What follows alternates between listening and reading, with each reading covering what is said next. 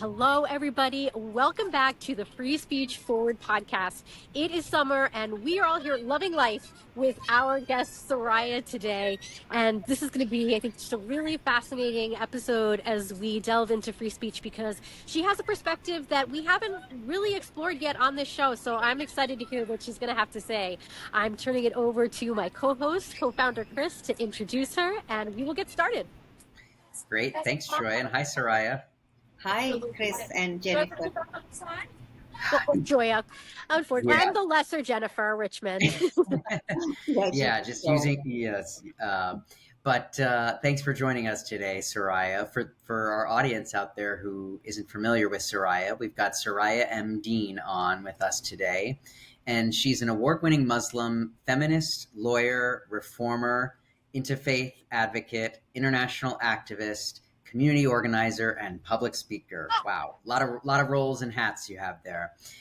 She is the co-founder of the Interfaith Solidarity Network, one of the largest interfaith organizations in Los Angeles, and the founder of the Muslim Women Speakers Movement. Soraya is also the recipient of the Paul Karras Award for Grassroots Activism by the Parliament of the World's Religions, and she authored the book Serve, A Call to Muslims and Peace Matters, Raising Peace-Conscious Children. Wow. So with that illustrious background, Soraya, let's dive in. Would love to hear your origin story, how you came to wearing all these hats that you do, and in particular, how you connected to being an advocate and or leader for free speech. Thank you. Thank you, Chris.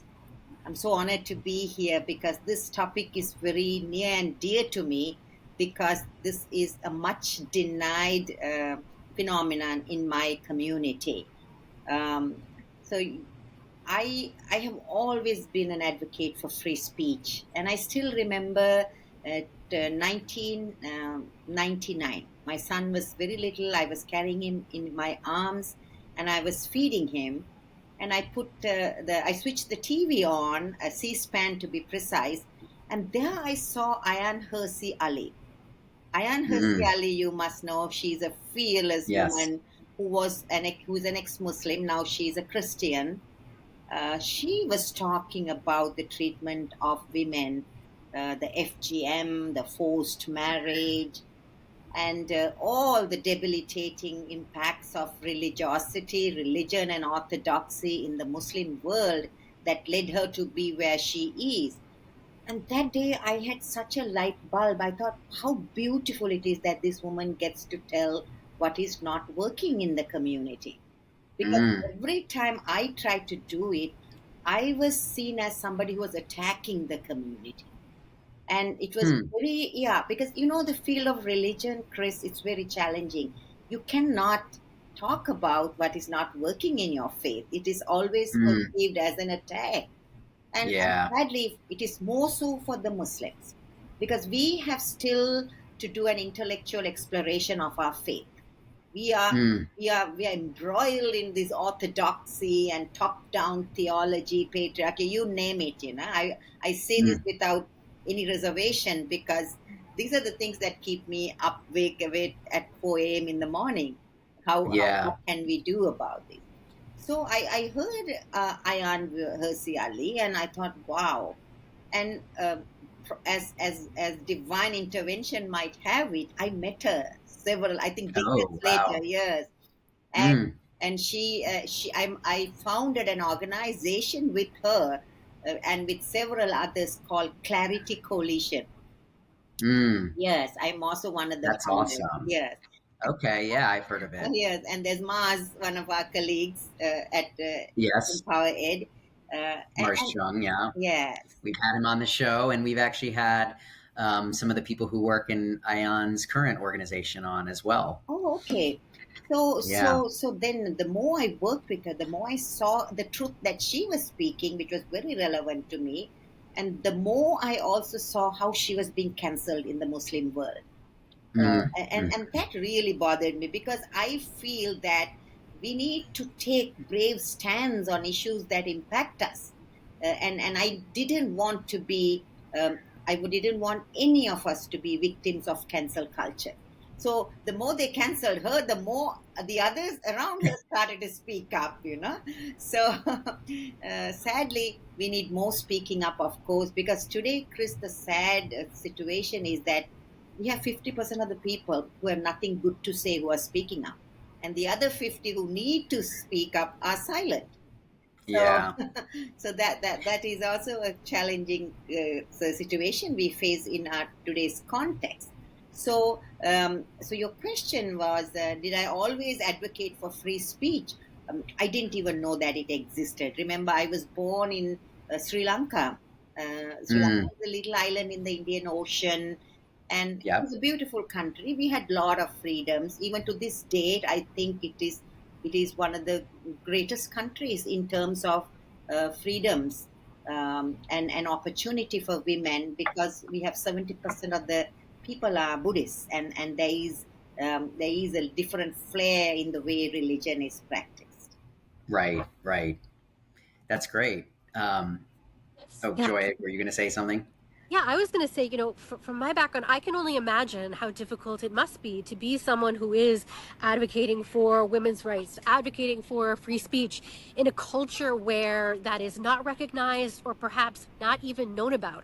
So I'm really curious to hear then, like, how you start to begin to have these conversations with people for whom this is just a complete unknown or something so foreign. What do you talk about to advocate for why free speech is such an ideal, both on the individual level and for communities and society as a whole? Okay. Yeah, this morning somebody wrote to me and said that I I need to reset my button because I am really antagonizing many people. I said, good, that's my task. Lean into the controversy. Yes, because we have kept quiet for too long, And I Yeah. and I, as Joy asked the question, the only sure weapon I feel against bad ideas is better ideas. So if I have a better idea, I'm not going to beg for permission. I'm going to say it. And Yeah. yes, and I, by my speaking, I feel that I am giving other people the right to speak too. And this is what we hear in private from lots of women across the world. Oh, how brave! Keep talking. So the problem is Chris, that we have still not reached that collective conscience in my community, Mm-hmm. where Mm-hmm. everybody will, the 100 monkey story, right? The experiment at Stanford, where they gave monkeys, yeah, potatoes in sand, and the 50th, the 75th, the 99th monkey just threw the potato. But the 100th monkey took the potato, wiped it, and ate it. Thereafter, every monkey began to wipe it and eat it.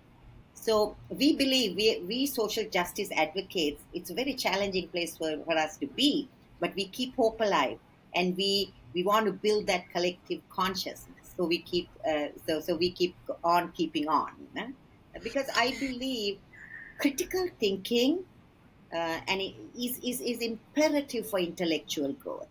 If we are going to Mm-hmm. stifle it, I don't know. I just feel that we live in the United States, and for us to have these challenges today is baffling. Yeah, it really is. I mean, right. So you talk about the struggles within the Muslim community, which I assume is not only domestic here in the West, but we're back from where you're from in the East. But then for just those of us, even of non-Muslim faith in the United States, fighting these same battles, I mean, that's a big reason why we even started this podcast, and our movement was to reaffirm and advance in the consciousness, like you talk about, the value of free speech. So I'm curious then, given your extensive experience and all those hats you wear, you are a writer, an advocate, activist, clearly very articulate. What maybe share some of the insights from how you prepare to articulate yourself in written or verbal or public, private forum, however you see fit, that you think might be able to provide a roadmap to others who are trying to find their voice and to articulate the value of free speech in the community. Hmm. So foundational to my work. Audre Lorde reminds us, I am not free while any woman is unfree, even when her shackles are very different from my very own shackles. So I think I bring a level of passion to this work, and no matter where, if one woman is impacted, I take it very seriously and personal. Um, and we know the systems and structures today willfully subordinate women and discriminate women. So when I prepare, Chris, I am very important for me is to tell my story. In the world of community organizing, we use the word public narrative. Public narrative is critical because in every one of us there is a story that has led us to a leadership moment, and we must share that story. We must not let anybody suppress that story in us. No? So whether it is, however much it is a challenge to freedoms of speech and expression, I think every woman must be very strong enough to tell her story. Because there's someone out there who's waiting to listen to that story. There's someone out there who will have hope from that story. And there's someone out there who will do something because they listen to that story. So I go deep into my story first, and then maybe all the juices start flowing in. I don't know, and then it's very easy for me to be where I am. Yeah. Well, No, and you're connecting with your audience. Yeah. I think.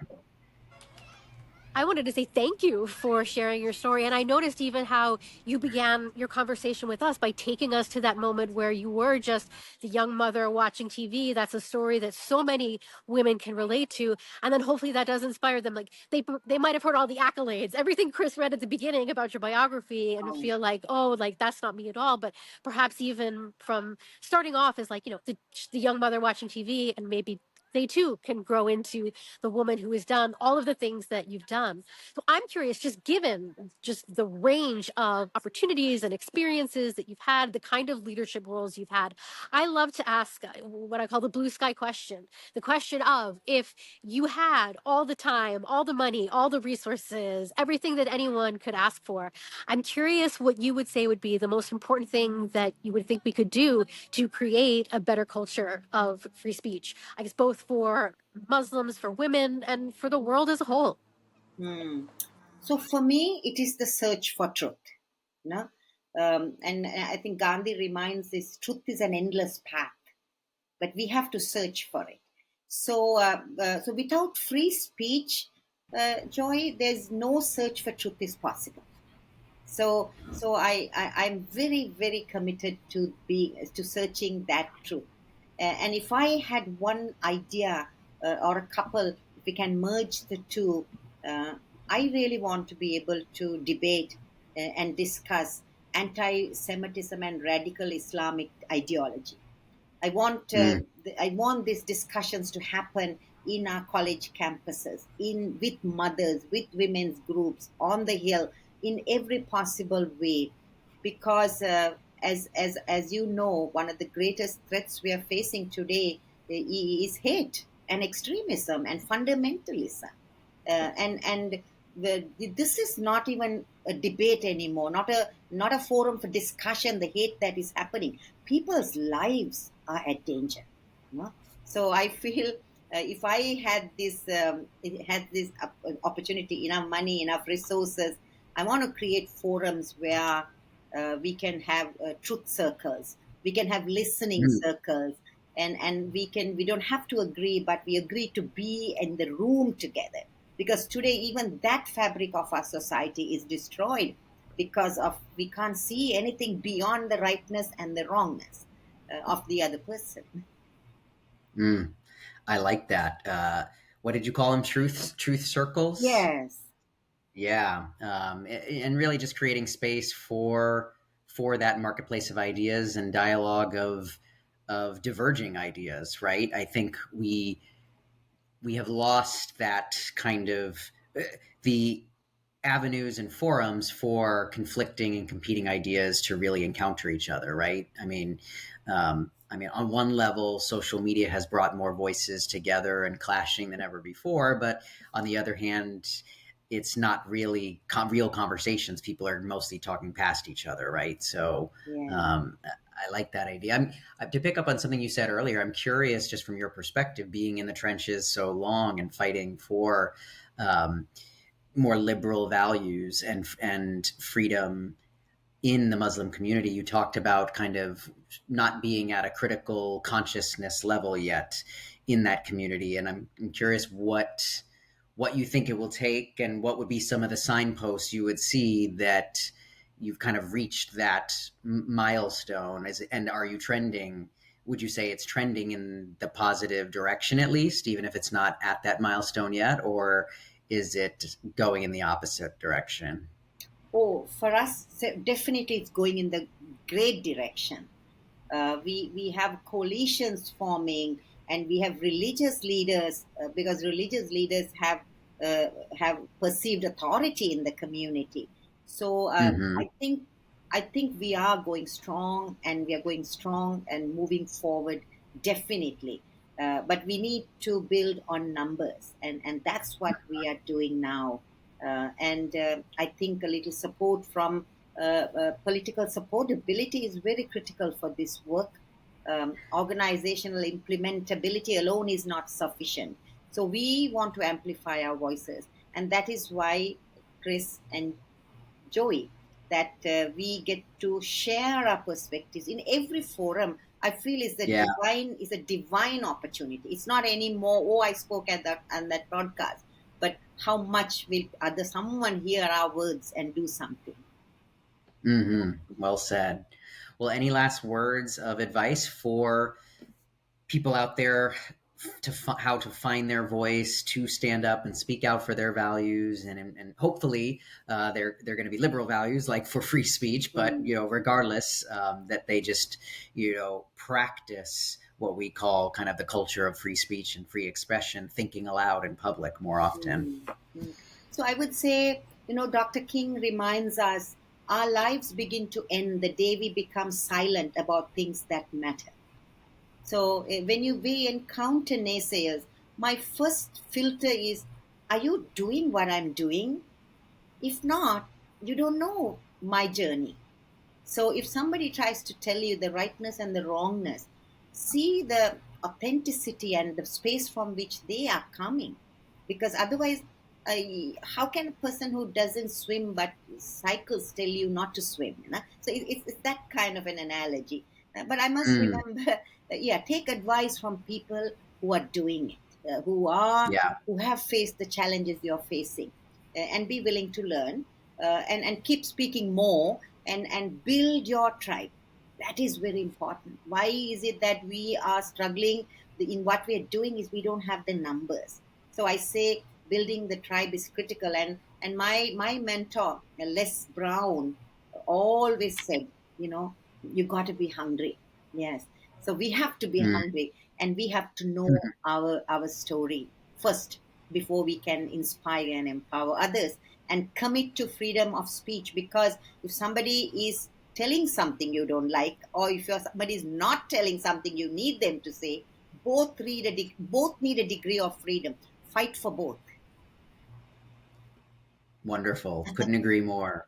Thank you, Soraya, for those great words of advice. Like you said, speaking from your own first person story perspective, first and foremost, and obviously you now speak from a position of authority based on that story. So thank you for sharing your lessons with us and our audience today. And that is the end of our time. We look forward to seeing everyone again in 2 weeks. As always, you can find us on all major podcast platforms under ILV's Dissidents channel and on our YouTube page as well. We'll see you soon. Thank you.